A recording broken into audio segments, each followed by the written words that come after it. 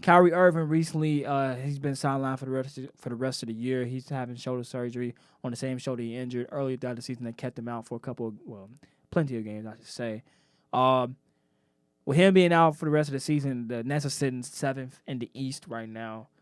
What should the Nets do going forward? Should they tank for the rest of the season, or should they be competitive? I mean, they already in the playoffs, but it's like they already sub 500 in the East as a 7th seed, which is kind of demeaning to the East. But what should they do going forward? Does this mean that they should tank, or how does it look for their players? Should they let their players play like a Spencer Dinwiddie, a Karis LeVert, Joe Harris, and Jared Allen so they can possibly use them as trade bait so they can get another superstar for next year? Or what do you think?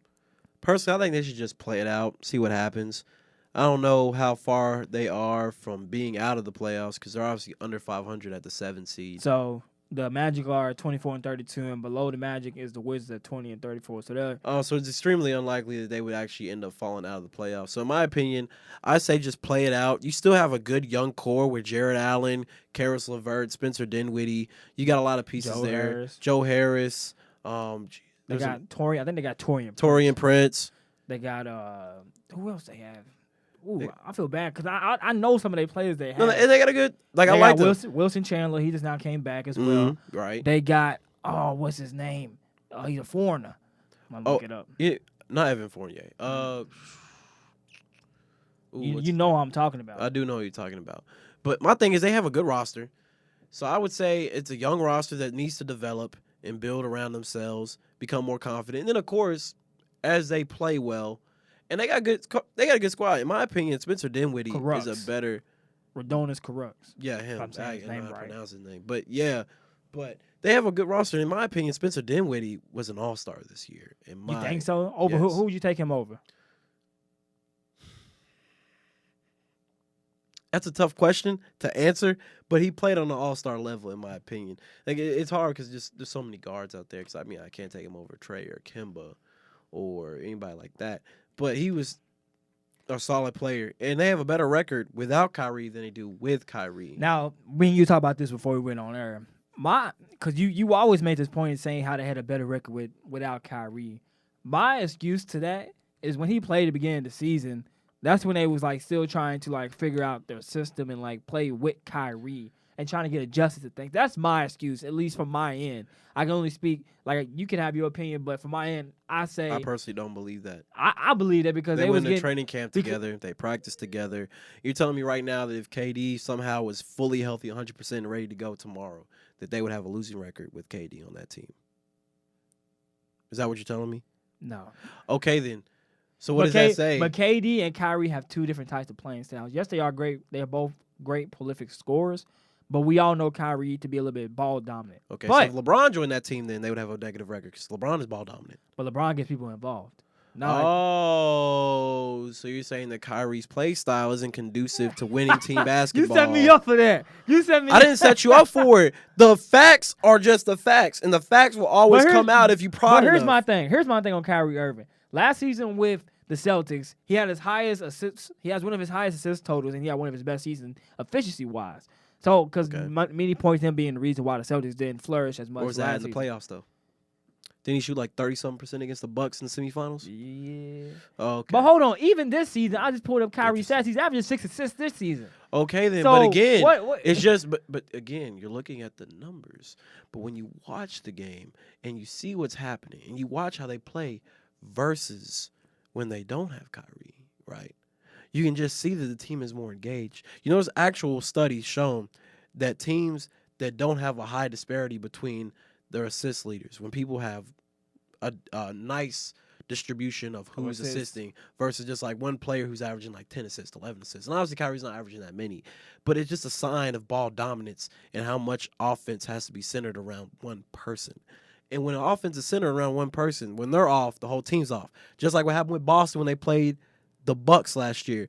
Kyrie was terrible, but he wanted to keep shooting and running the offense through himself. And when the person you're running through the offense is doing bad, your offense is bad. All right, already. So you're pretty much setting yourself up for failure. Now, I'm not saying Kyrie's not a good player because I'm not crazy. He is a great player. He was one of the reasons why Cleveland won that championship in 2016. But if we just look at Kyrie's resume, and I know it's not really fair to look at his resume before LeBron, but just look at his resume without LeBron. What has he really done? Obviously, he didn't do anything in Cleveland. But then that first year in Boston, they were pretty good, but he got injured. But he got injured at the end of the season, and they had a surge at the end of the season after he got injured. And then they had a surge in the beginning of the season when he was but he was still playing good. He was MVP candidate at the beginning of the year, and then they hit kind of a little bit of a lull, and he got injured, and then they spiked back up, and then they went 7 games in the Eastern Conference Finals. He comes back the next year. Right. What do we hear? Jason Tatum is falling off. Jaylen Brown is falling off. Gordon Hayward's not integrating well into the system. And they lose in 5 games to the Bucks in semifinals. Hold on, you cannot blame Gordon Hayward on Kyrie. But now he's playing great right now. Because he just came Jaylen Brown's playing great right now. Jason Tatum was an all-star. Because you can't. Here's why you can't blame Gordon Hayward on Kyrie. Because he came off a serious foot injury, and that takes 2 years basically to get back to a playing level that you was before. We seen it with Paul George. But Paul George came back because after he broke his foot, he came back. I remember he came back to Indiana. He played kind of like the last half of the season. Then he played the season after that. He still wasn't himself. But the season after that, when he came back, that's when he was kind of playing on Paul George level. And you see it gradually took him time because he went back to being – he actually had his best season last year with the Thunder. So after coming off an injury like that takes time. So I feel that Brad Stevens and Danny Ainge are to blame for kind of the mess that they made last year with the Celtics because, granted, they did make a deep run into the playoffs the year before without Kyrie, which I think kind of got like some of the players like heads pumped up and kind of they built an ego off that, which is deserved because they was pretty young and they made it pretty far. But with them trying to ingratiate, if I'm saying that right, trying to put Gordon Hayward back in there, integrate. Yeah, that's another way to say it. I knew what I was trying to say. I know what you're trying to say though. But them putting Gordon Hayward back in that lineup kind of messed it up too. And he wasn't even his full self. We only seeing it being better now because he is now playing better and he is more comfortable as a player. He will tell you that himself. I mean, I agree with you and you're right. But and obviously I'm not saying it was 100% Kyrie's fault. But if we had a pie and we had to slice this bad boy up and divvy it out percentage-wise to who's mostly to blame, Gordon, you can get a little 10% pie. Brad, you can have like a little 15. Oh, no. Danny, I'll give you another 10. And then the rest, oh, go ahead, Kyrie. You big hungry. You big hungry, Kyrie. Give it all to Kyrie? You big hungry, Kyrie. Go ahead, eat all that. How you give it all to Kyrie? Terry Rozier didn't play good last year. Nobody played good last year. See, it's funny is that everybody who didn't play good last year with pretty much the same team added with Kemba Walker, who was pretty much 90% of who's 90% Kyrie. Terry Rozier not playing good. But Terry Rozier's backup point guard still. So we're not going to act like Terry Rozier completely changed the structure of that team. And we see what Terry Rozier's doing in Charlotte. Al Horford's not playing that good this year. Okay, but Al Horford only averaged 12 points last year and only shot like 10 field goal attempts a game. So we're not going to sit here and act like Al Horford completely changed the way the offense ran. So you're telling me that Jaylen Brown went from sophomore slump to averaging 20 a game? Jason Tatum went from, this is the guy you said was going to be the franchise cornerstone to all-star. Kemba Walker still putting up 20 a game. Them two was playing. Gordon Hayward's consistently 18, 20 points. Jason Tatum and Jaylen Brown was playing good when Kyrie was there. That's on them. They wasn't? No. But people not calling Jason Tatum, was they not considering him to be an all-star his rookie year? Was they not? They said he had the potential. He's not playing the way he is right now, though. Of course, because he's a third year in the league now. Of course, he's going to be better than he was. But it was more based off of potential. It was more based off potential than it was how Jaylen Brown was a sophomore when Kyrie got there. Their best games when Kyrie didn't play. Come on, now. Is it true or is it not?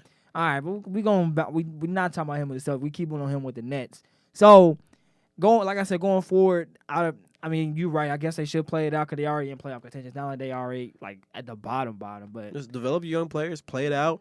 End of the day, even if you bounce out the playoffs, you're gonna be the 9, the 10 seed. Like how good of a pick are you gonna get at that point? What do you see?